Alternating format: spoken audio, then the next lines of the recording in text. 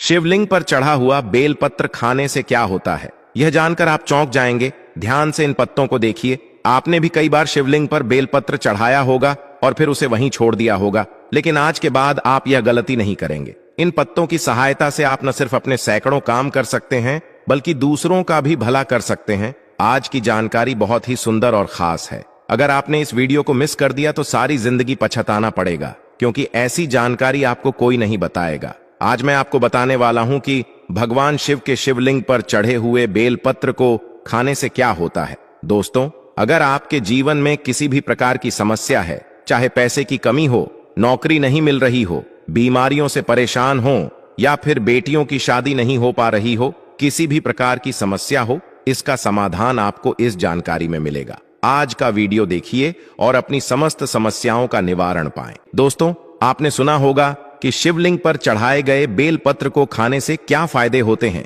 आपने कई बार सुना होगा, लेकिन आज आपको वास्तविक बातें पता चलेंगी जो कि आपको कहीं और नहीं मिलेंगी। चाहे आप लाखों करोड़ों रुपए खर्च कर दें, आपको पूरे में यह बातें नहीं पता चल पाएंगे। तो वास्तव में जब आप शिवलिंग पर बेलपत्र को चढ़ाते हैं तो वह बेलपत्र कोई साधारण बेलपत्र नहीं रह जाता, बल्कि वहां साक्षात भगवान शिव शंकर भोलेनाथ का प्रसाद बन जाता है। तो दोस्तों, यह वीडियो अपने फायदे के लिए ध्यान से सुनना और ध्यान से देखना। आपको बता दें कि हमारे धर्मशास्त्र में कहा गया है कि शिवलिंग पर चढ़ा बेलपत्र 6 महीने तक बासी नहीं माना जाता। जी हां, बेलपत्र को शिवलिंग पर चढ़ने के बाद उसे पुनः धोकर शिवलिंग पर 6 महीने तक चढ़ाया जा सकता है, क्योंकि भारत में कई ऐसी जगह हैं जहां पर शिवलिंग स्थापित है, परंतु उसके आसपास बेलपत्र उपलब्ध नहीं हो पाते। इसी वजह से कई लोग बेलपत्र उपलब्ध ना होने के कारण पुराने बेलपत्र का जो चूर्ण होता है उसको भगवान शिव शंकर भोलेनाथ को चढ़ाते हैं।